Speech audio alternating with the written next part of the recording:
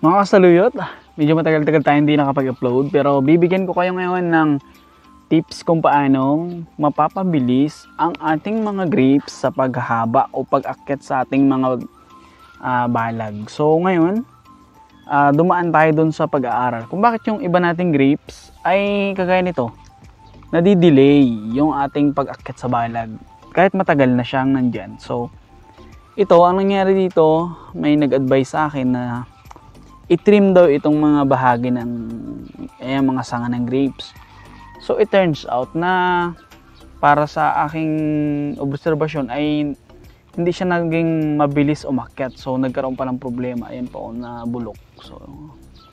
So ngayon, na-discover ko na kung paano at ano ang gagawin natin dito sa ating mga grapes. Kagaya nito na mabilis siyang umakyat. So ayun o, umakyat na siya, 'di ba? So simple lang ang gagawin natin, hahayaan natin yung mga sanga ng ating grapes na tumubo dyan at wag nating ititrim o gagalawin. So unlike dun sa napanood kong advice na itrim itong mga ito, hindi na.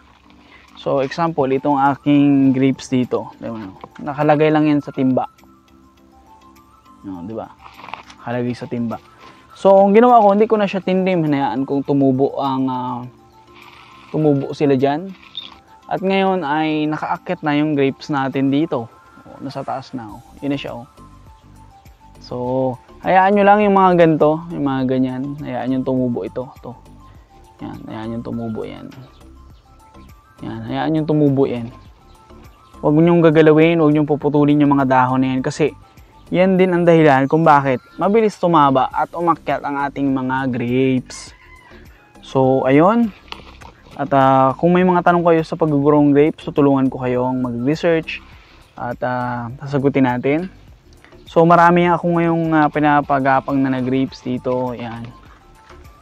So yun ang sikreto, huwag nyong ititrim, hayaan nyo lang siya. Aakyat yan siya. Tignan mo ito, ang bilis, 'di ba? Maakyat na naman siya. Kunti na lang maabot niya na yung ating net. So ayun. Pwede nyo rin akong sundan sa page sa TikTok at Mr. Saluyot para sa iba pang mga tips sa paghalaman.